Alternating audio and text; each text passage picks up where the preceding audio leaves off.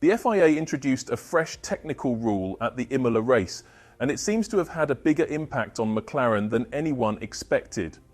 While Verstappen smoothly led the race without any obstacles, the MCL39 struggled to match its former self. In the past, McLaren would easily secure a 30-second lead over whoever was in third place. This change might be due to the FIA's new regulation. But what exactly has the governing body done to shake up the competition? And is this move a precursor to stricter measures in Barcelona to prevent the MCL39 from bending the rules? After Imola, the spotlight was on McLaren's disappointing performance as a hot topic. The results were not as impressive as everyone had hoped. At one stage, Piastri was nearly pushed down to fourth if Albon had overtaken Leclerc. With more laps, Hamilton might have overtaken Piastri too. You're probably thinking it makes sense that his performance was down given his much older tyres, and you might be correct.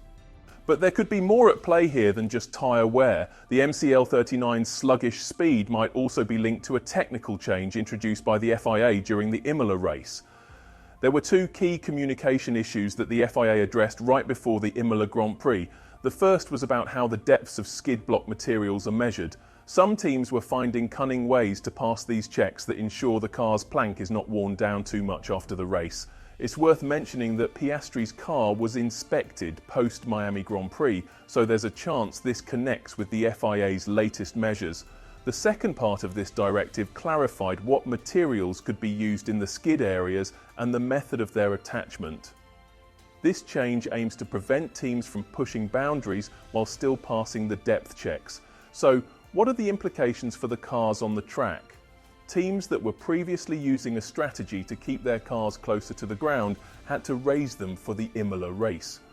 This track's uneven surface could quickly wear down the plank of a car if they used the same configurations as in earlier races. However, this was not primarily a tyre wear issue. Instead, it was about the increased drag and reduced downforce problems that McLaren hadn't really experienced. Enter the second technical directive, which the FIA introduced.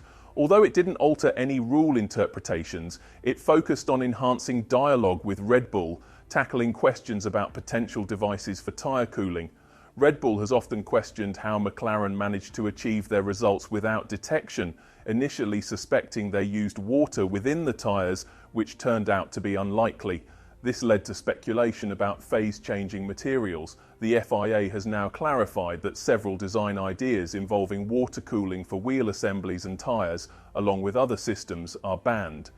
This decision puts McLaren in a tricky spot, as it was the first race where they couldn't match Red Bull's speed solely based on race performance. Piastri might have made his move, but he still couldn't catch Verstappen. Despite Verstappen having to deal with turbulent air for most of the race, we've witnessed how the team effortlessly secures victories by large margins, unlike some other teams, including Red Bull, that struggle with maintaining optimal tyre temperatures. According to Christian Horner, the team principal of the Austrian squad, this is no accident. While Red Bull has recently improved their car's performance with updates that worked well in Imola, Horner believes Verstappen excels in preserving his tyres more effectively than the MCL39 could. Horner explained, "We've certainly enhanced our car's performance and found a better setup. Eliminating sliding allows us to better control the temperature, which is quite promising." The opening stint was particularly impressive because it was clear that Verstappen was managing the situation better than the drivers trailing him. He drove very strategically and still managed to widen the gap. On Friday, McLaren cars once again showed impressive speed during their longer practice runs. However, it was reminiscent of their performance at last year's rainy Brazil race that they managed to outpace and outperform the competition during the actual race. Interestingly, McLaren insists that recent technical guidelines didn't influence their latest performance. They argue that their dip was not due to any illegality in their vehicle's design. Insiders firmly believe the clarification about skid blocks didn't necessitate any adjustments to their MCL39 model or their racing strategy, thinking it was aimed more at their rivals. Regarding tyre cooling, the FIA had frequently checked McLaren S-wheel and brake systems, conducting a thorough inspection after the Miami Grand Prix. Though nothing illegal was found, the need for another rule clarification suggests that the team might now have fewer opportunities to exploit ambiguous rules. Team principal Andrea Stella believes that competitors are focusing on the wrong aspects when it comes to developing their cars. Currently, the MCL39 is under scrutiny for features like flexi wings, water-filled tyres, and a mini DRS system. However, Stella, speaking in Imola, believes these allegations are beneficial rather than detrimental to the Woking Bay team. He expressed that it's positive for them when competitors focus on what they think are advantages in McLaren's car, which aren't even there. He added that even if the team were using elements like flexi wings similar to others, it doesn't contribute to McLaren's impressive performance. Stella hopes for more such misconceptions in the future, as it indicates rivals are distracted by the wrong issues. Whether any changes at Imola will influence the MCL39's performance remains to be seen, but McLaren isn't letting these allegations slow them down.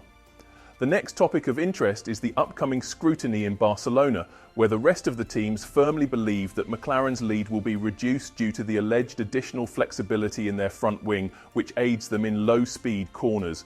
It appears that while the car's strength lies in conserving tyres rather than boosting front wing downforce, this advantage isn't providing the team with the help they need right now. Fred Vasseur is hopeful that Barcelona will be a turning point for the MCL39's speed. He mentioned that regulations guarantee everyone will have a new front wing there, suggesting a potential shift in performance for the whole field. However, McLaren's outlook isn't too rosy. Despite having the quickest car at the moment, races like this prove they can't dismiss Red Bull entirely, especially Verstappen. Unlike 2021, Verstappen's rivals this year are battling each other for the Drivers' Championship, likely splitting points in every race from here on out. If this happens while Verstappen leads, it only works in his favour. Notably, Verstappen was thrilled with his car's performance in Imola, more so than he has been in a long time. The upgrades have clearly hit the mark, as confirmed by Helmut Marko, who noted the team has seemingly conquered its tyre management woes. If Verstappen can continue to take better care of his tyres, he'll be even more formidable on the track. He now sits just 22 points behind Piastri in the Drivers' Championship and only 9 points shy of Norris for the runner-up spot. Considering all these points, how do you feel the technical directive impacts the performance of the MCL39? Also, have you noticed if the competitors have finally figured out the illegal aspects of the car from the team based in Woking? Thank you for watching. If you liked the video, subscribe to the channel and leave a comment below. See you in the next video.